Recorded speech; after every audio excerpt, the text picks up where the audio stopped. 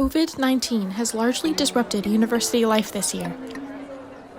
As campus was forced to go remote for parts of the 2020 to 2021 school year, students are missing out on more than just typical academic experiences.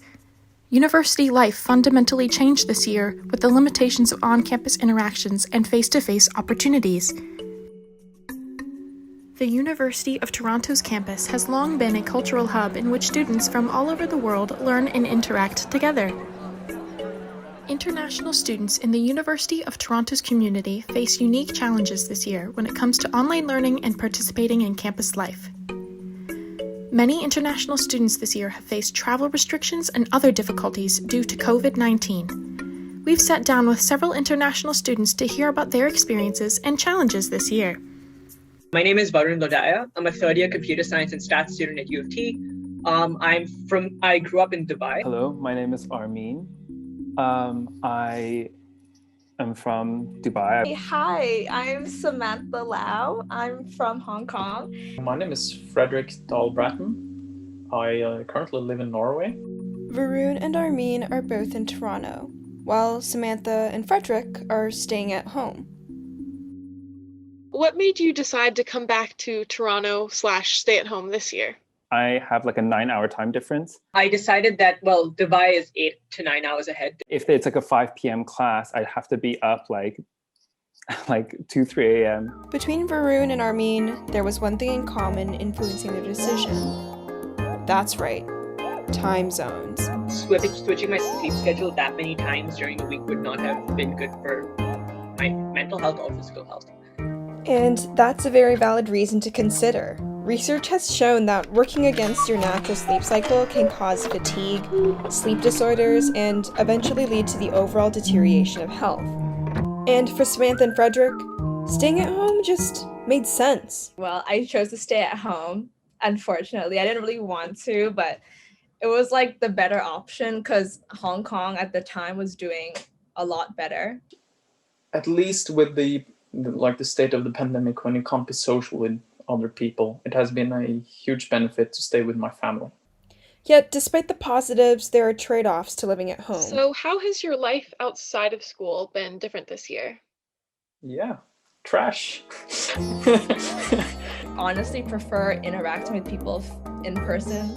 I think it makes the biggest difference. Like the whole atmosphere of actually seeing the person, the body language and everything makes the biggest difference when it's online and in real life. But I guess you just have to deal with it now. That's the only way you can talk to people, especially with your friends at university and you're not in the same country. It's my old friends. I've had 1 year in Canada. All the friends I got in that period. And this is definitely not an experience they face alone. Well, I'm a really social person. And when I'm not studying stuff, I love meeting up with my friends. And because I'd like to respect the COVID boundaries and not put anyone's life at risk, I've had to cut down severely my social circle. Student life things just attending events that student governments put on and commuter dons like me put on, it's extremely tiring because it's the exact same medium that we're using for school. It's very difficult to have any sort of work-life balance because it's the same things for both. Due to the smaller communities that COVID-19 has created, which almost feel non-existent, it is directly and negatively affecting students' mental health.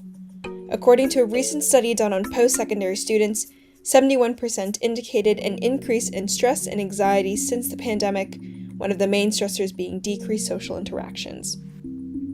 While there are cons to the isolation, these 4 students have been able to adapt to the new cyber environment. How have you found technology useful in helping you stay connected with others, like your family, friends, and other activities? And how would you say this impacts you positively or negatively? So it's been pretty positive. So it gave me the opportunity to keep up with people and stuff. Overall, it's been okay. I think it's allowed more time for introspection. So I think that's a positive way to spin it. So I'd say overall it's been positive because I've been calling my family a lot more than I normally would during the school year. During a pre-COVID school year.